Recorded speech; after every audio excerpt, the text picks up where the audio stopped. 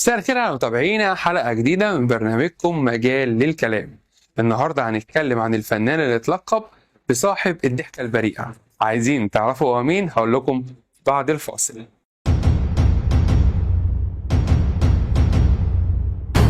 النهاردة هنتكلم عن الفنان علاء ولي الدين.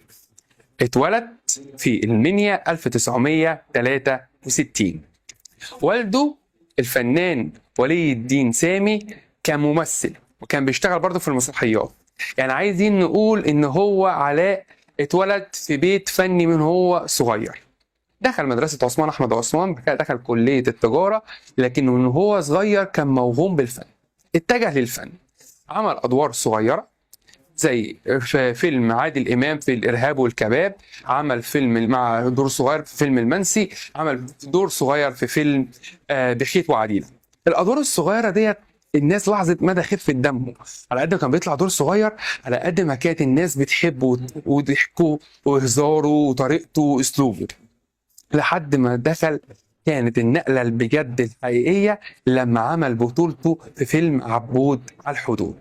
بعدها نجح واشتهر فنان كوميدي من الطراز الأول، عمل فيلم الناظر وابن عز.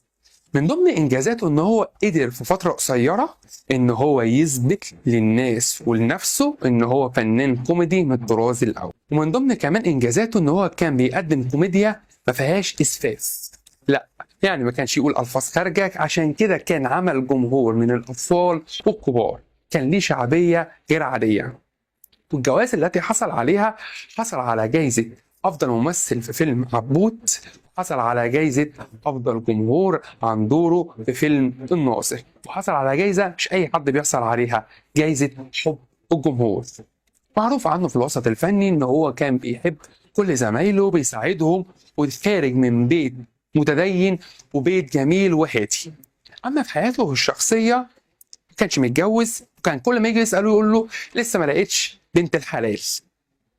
رحل على عالمنا وليس عن الذاكرة عن عمر 39 سنة سنة 2003 بسبب غيبوبة السكر. لكن لغاية النهاردة لسه ما بنشوف أفلامه بنضحك عليه وندعي له بالرحمة. وبكده خلصت حلقتنا، واستنونا في حلقة جديدة ومجال جديد للكلام مع حسام حسن على قلب الحدث. سلام.